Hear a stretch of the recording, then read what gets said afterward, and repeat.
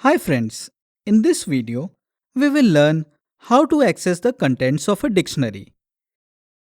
The index operator can be used to access the value corresponding to a key in a dictionary. For example, let us create a dictionary D containing key value pairs string A is to 10 and string B is to 20. Now, executing D of string A will return the value corresponding to string A in the dictionary D, that is 10.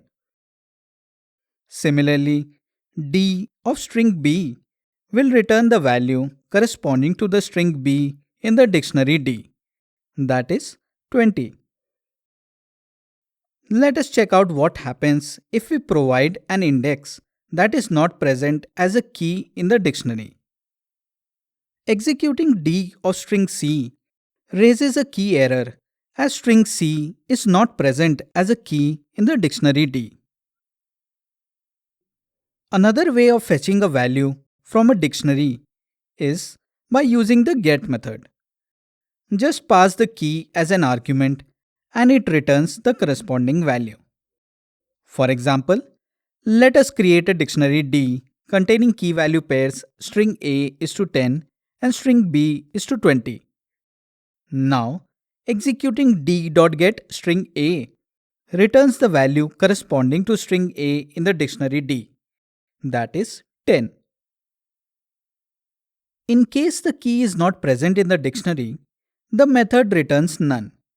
For example, let us take the same dictionary. Now, executing d.get string C is none returns true as string C is not present in the dictionary, hence the method returns none. The method also accepts an optional default argument, which is returned when the provided key is not present in the dictionary. For example, let us take the same dictionary D.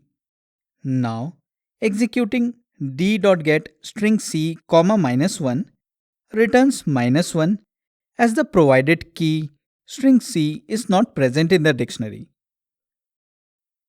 Accessing dictionary items using the get method is a recommended practice while developing a program, as instead of raising a key error and aborting the code, it returns a default value.